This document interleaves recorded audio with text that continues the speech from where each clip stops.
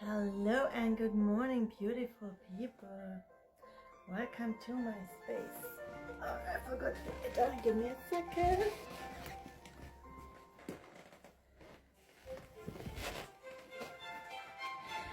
Today I thought we would do a little energy cleansing ritual. I am using sandalwood. You can get it in an esoteric shop. I can get it even in Austria, so it's probably everywhere. You can get it on Amazon. It's to be used carefully and with gratitude because it's a spiritual tool that's very popular and it gets cut down a lot. So if you can, be mindful or get more ethical or even organic. I don't know if Oda is organic, but that's what I got in the shop, so I trust them. And a little feather to spread the smoke, the sage. I'm aiming to concentrate on the frequency of fall in the sense of verfallen, which means the beautiful nature crumbling, the beautiful leaves letting slowly go of their beautiful green colors, and just the fact that this affects our subconscious mind, and definitely is not good for my mood, probably not amazing for your mood too. And I like to cozy up. I wear beautiful sweaters and just prepare for a lot of movies inside and read books if I am very motivated. So I'm getting the sandalwood on.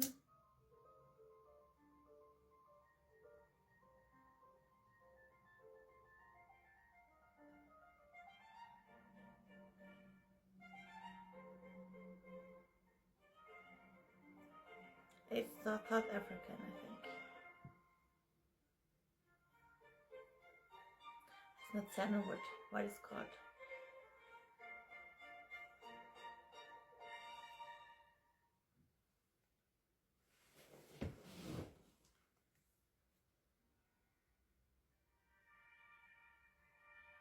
Palo Santo. It's the same culture that like also a friend comes from. It's like always visible ancestor altar with pictures and whatever you put on it. I've read about people who use also music for Ofrenda playlists on Spotify everywhere, and mine has candles and crystals too, to like concentrate on the people who were on the planet before all of us and remember our loved ones who are gone, and just this comes up at this time, so it's good to set the space, and that's what I want to do. So let's check in. It's just a short 5-minute thing. So Palo Santo is like very waking up for me from the potency. Just the smell is soothing. I know it's for ceremony or something beautiful, just to connect to something higher. The yogis say the universe. Christians would say God, probably. You can just, like Native Americans, connect to one kind of animal spirit, or even talk to ancestors that are healed. That's a thing, you can Google it. And literally let the healed ancestors work with healed ancestors, because there are a lot of not healed ancestors, obviously, in the history of humankind. So, okay, just yeah, connecting to the heart space, not so much the root chakra, more the heart chakra, and taking deep breath. If you have, you can use herbs too, just on a herb burner or a smudge stick. You can buy them, you can make them. I think it's good to dry, for if you make a stick, dry them individually. It's a long stick, and then, because mine got moldy once, and the one I've seen on Etsy is definitely dried. I did not get it again, even though it's so handy, and I'll use it more than like the herbs I can burn on the herb burner. It's just a little heat thing I'm using. It's just this, and then this filter is on, and then it burns a little bit. That's what I'm mostly using. But you can also get coals and put the herbs on. Whatever herbs you like rose leaves are awesome. You can just dry them, dry the roses, and put it on. It's so very sweet smell. It's very relaxing, harmonizing. Sage is good for cleansing. There are a million amazing herb blends on Etsy, so I'm a total fan. I usually get local herbs. We have some shops, like a lot of great work in the area, so I prefer those actually. But yeah, teas I get on Etsy too. Okay, so the smoke definitely stands for letting go, because it reminds us of the fire, and you can throw in the fire whatever you want to. Once we had like also, she also put herbs in an open fire to enhance the mood. We were just sitting and talking. It was a women's event, and yeah, just put in the fire whatever you want to, see it burn and let it go. That's what is the subconscious association with the smoking. That's why I like it a lot, because it does work for me. I worked in a forest kindergarten, and we've been sitting around the fire every day because it was warming us. There was a little hut behind that was heated, but there was nothing in there, not enough space for all of us to play and have a kindergarten day and be busy climbing trees, you know. Children are very busy, and it was just for reading the book to them, and singing was outside. But it has a very deep effect. A lot of fire around you. Just every morning the children came, even made the fire themselves. They knew how to do it, and they taught me how to do it. And now I can make fire. And yeah, it's a lot to constantly smell a fire, and it's definitely always, the wind is blowing the smoke into your face, and it does have a not grounding effect. So it does get very subconscious. Yeah, it brings up a lot. Fire is with humanity for a really long time, really long time, and nobody likes to sit in the direction where the wind takes the smoke. So you constantly smell like burnt coal, but it's cleansing. It's definitely very cleansing. And for me, I've experienced that when we had lunch, the children were sitting around the fire, and they were like a little bit hyperactive around the fire. And when we were like in a close by field where we could also play, and there was hay sometimes to play, and other beautiful places in the forest where they love to, I don't know, conquerors or soldiers with the sticks. Really cute. they were more calm and settled. So the fire brings up a lot, you express a lot, and I think that's what the saging, smoking, Räucher process definitely does. Is you let go. You just, I don't need a lot of smoke normally. Today was already a bit much because I felt like sharing. And yeah, it's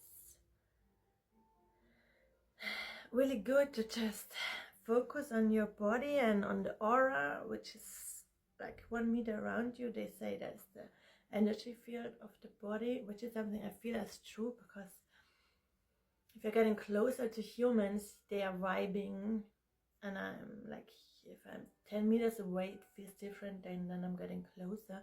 And it's not only the body, I think the frequency of the body, there is something definitely supportive around you.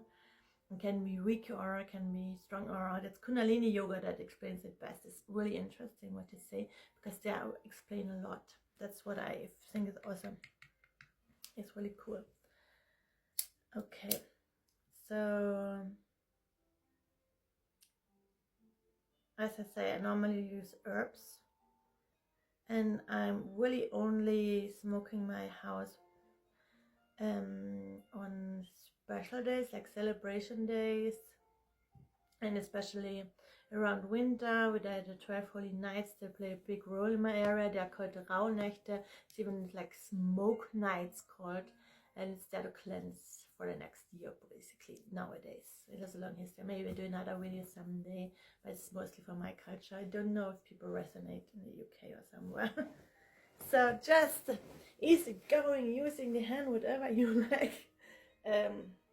I usually tend to start at the room and go up and around my body with the intention to clean, just like you clean the dust maybe, but just around the body. So, and I do it in the back too, and sometimes I look at the feet and brush the feet like with the smoke, and oh, it smells so lovely. It's really handy, the stick. With the chalice it would be a little bit more unhandy, but yeah. I cannot use resins that much because it's a bit much for my lungs. They're so intense. I really get a cough. But herbs are awesome for me. They have 100 million options for using the herbs for different properties. It's also different for everybody, but usually the same for something. So I like to look this up, definitely, and then make my own experience. I can just encourage everybody. This is like for you. If you're sensitive, you have to deal with it, and it helps me to set the space and have the intention to clean my energy field and let go of what is too much, because winter was minus 20 degrees for us when we were children, and that's what comes up for me. I don't want the minus 20, and my body doesn't get the fact that it's now mostly minus 5 and we don't have snow. It does still stress me, and I'm getting bad moods and then it's not beautiful, it's not warm anymore. So really but it helps to cleanse. So usually that's it, because it's enough mostly for me. Just cleanse my body, breathing a little fresher, like awaken from the Palo Santo. And if I would do it for somebody else, if you would be here just next, sitting there on my little chair, I would just go there, and you can use the feather. And I do this for you, and it's from the outside in. You're breathing it in, you're just relaxing, being and trying to cleanse your auric field and your body. For you, probably also from the bottom up is what I prefer. That's what I've been taught to, like grounding first and then the other chakras. So I would also like think about doing the feet for you, because it's good for the grounding. And maybe ask if you have something special to let go of and just tell you to maybe the feather like floating away, and maybe inhale the smell a little bit and ask if you feel a little bit of enhancement, and that would be awesome. That would be fine. It's so good. I feel already meditated even though I was talking. Just by the smell is really helpful. If it's only for special things. I'm only using it because it's for me to be used mindfully. That's also what my Reiki teacher told me, so that's what I'm doing, and it resonates with me. I'm very mindful and thinking about sustainability. Not in a I will be responsible for it all way, but in a I am mindful way. Okay, so yeah. And you can also use tea. For sure. Maybe not the fruit pieces. I don't know if they will burn great on the coal. They would get caramelized. I love to put them in oil and burn them. It smells really nice. It smells very nice. But it's not for cleansing. It's just for harmonizing in the room. It's more like aromatherapy, not like any spiritual intention. Thanks for listening to me. I hope somebody feels interested in cleansing whatever comes up in the fall for them, and prepare for the winter that will be probably cold and nasty. Have a blessed day. See you again soon. Bye.